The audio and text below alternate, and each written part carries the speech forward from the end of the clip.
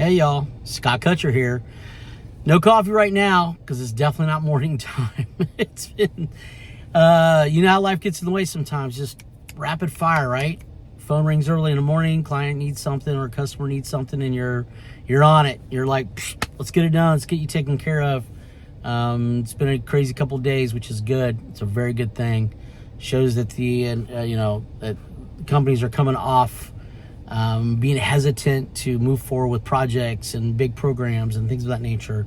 They're realizing that this is the new norm for a minute, and we need to adjust to it. So it's a good thing. It's a very good thing.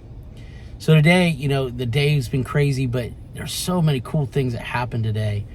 And I was just sitting here, I got my kid over here at Krav Maga, and I'm waiting for him to come out. And I was just sitting in the parking lot thinking to myself, we don't stop thinking about all of the bad stuff in the world. We're bombarded by it, right? You turn on anything. I mean, this morning I was trying to, spend a little time with God, and in my feed before I even got to the program I wanted to do, and the Bible app and stuff, boom, there it is in my face. All kinds of horrible stuff. I mean, just all kinds of stuff going on. And I got to thinking about it, and I thought, how much of that is priming us?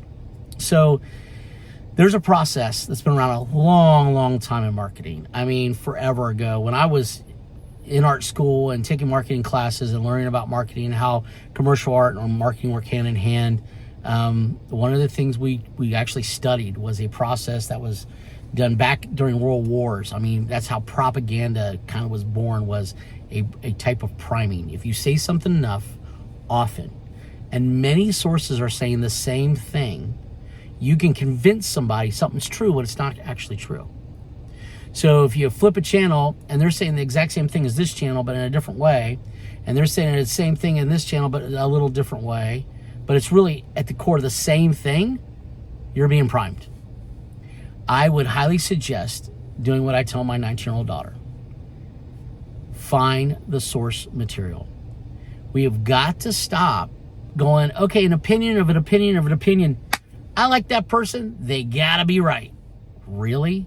Just because you like them, they're correct? You don't know where they got their data. You have no idea where they got their information. So a perfect example of it is, as my feed was coming through, someone I like very much tends to lead liberal. I'm a centrist through and through. I lean conservative, but I am a centrist because that's where Jesus was. He was a centrist. You had, the Pharisees on one side, the Sadducees on the other. He was a centrist. So that's where I try to live. I do have tendency to lean to the right. When I was in art school, I leaned to the left. So it really doesn't matter. I hate this right and left crap. It's what is truth and what isn't.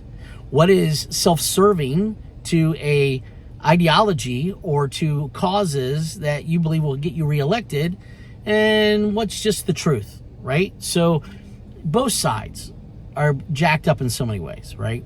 One's a little less than the other right now. That's why I voted that way. Not a fan of, Trump as far as his rhetoric. Policies I'm liking. The thing that is hard is the tariffs, but he's ripping off the Band-Aid. So I'm sorry I digress, but people are going to want to know, where do you lean, Scott? I'm center, but I tend to lean towards whoever is the best candidate. The last great Republican president before now probably was Clinton in his second term, because he didn't change hardly anything. He acted like a Republican, for crying out loud. So at the end of the day, right is left, left is right, and all we have in the middle is truth. That's what you should be seeking. Who cares if you're wrong about something? If you learn something and now you have better wisdom to go forward, who cares? We're so worried about being wrong in this industry. I'm talking about my industry, but that's true too. We're so strong. We're so worried about being wrong in the world, in certain industries, especially in business, period. It's like, if I show any weakness and that I was wrong about this, who cares? Did you learn something? Did you adjust? Are you now better? If you wronged someone or something didn't happen the way it was supposed to, did you fix it or make it right? That's what matters. That shows your character. That shows you can be trusted. That shows people who are doing business with you or dealing with you as an individual that you're trustworthy. So we have this huge trust deficit because we don't know what to believe. So how do we get to the truth? Pretty simple in my opinion. Ask for source data. So back to someone I really respect, leans left. I always come back around, guys. My ADD, sorry, just try to follow me. I always come back around, I promise, just stick with it. I'm going through and I'm reading something that was posted. And it's very propaganda sounding, but there's some truth that sounds to it too. I'm going, ooh, maybe I need to investigate this. So I innocently just said, hey, can you please point me the source material of this post so I can do my own research? I got blocked.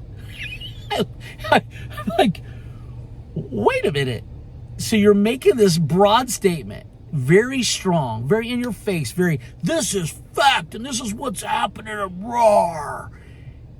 And it's obviously not true because you can't give me source material. So you're going off of an opinion, of someone you like.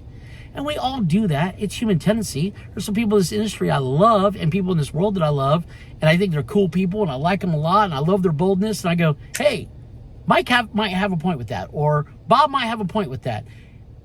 But I don't just take their word as face value. I stop and go, hey, Bob, where'd you get that from? Hey, Mike, where did you come to that conclusion? Is it life experience? If it is, great. Tell me about it. Tell me a story. Tell me how you came to that conclusion. Does that apply to multiple situations? Or is it just perception? Or is it the skewed lens that you're looking at things through because your environment growing up or in the business world or experiences, the environment has warped you a little bit because you've been jaded? Where are you coming to that conclusion? Have you been programmed to love this group over this group? That's how prejudice starts, right? We're all prejudiced to some degree. If you say you're not, you're lying. You're lying. I got black friends, Mexican friends, Chinese friends, Indian friends. I love all people. But when I get around them and we're by ourselves, there's times they'll make a statement about another group because they had a bad experience. Again, being a centrist and trying to be a good Christian, sometimes failed miserably, but I try. I'm always like, are you sure about that? Or is that just a perception? I'm always trying to be that peacemaker to make sure that they see the other perspective. Because we don't have those dialogues. We don't stop seeking truth and then applying the truth to each situation so there is no bias. We just don't do it. So my thought for you today, stop it. Stop it. Okay? Just stop grabbing something that you think is good because you agree with it or it tracks with your belief system and you go, gotta be truth. No. Say, ooh, that's interesting. Can I find the source material? Can I find the source of that information that help that individual come to that conclusion? If you can't, stop it. Don't repost it. Don't put it out there for other people to see it.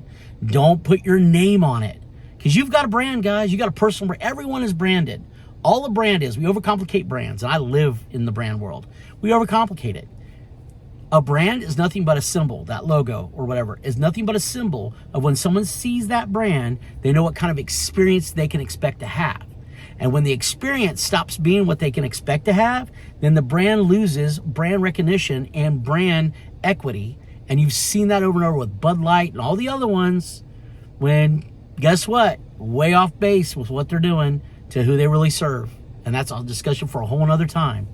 But come on, guys. Don't put your name on it. You've got a brand. The minute you're born, the first time anything's posted about you, people will start thinking about who you are, what kind of character, what do you stand for, are you funny, are you not funny? It starts to develop, and you have a brand. So the minute you associate with somebody that's their own brand, that's telling lies, trying to make it truth, makes it sound really good, and you're being primed because now you're in an echo chamber of 20 of those people, they're saying the same thing. Red flag. Stop. Where's the source data? Point it to me. Let me do my own research. Don't let other people determine the worth of your brand. That's very dangerous. And that's where you're going down that road. For business people, it's extremely dangerous. Don't do it. And if you're going to make a statement, have the data to back it up. Until next time, shine on.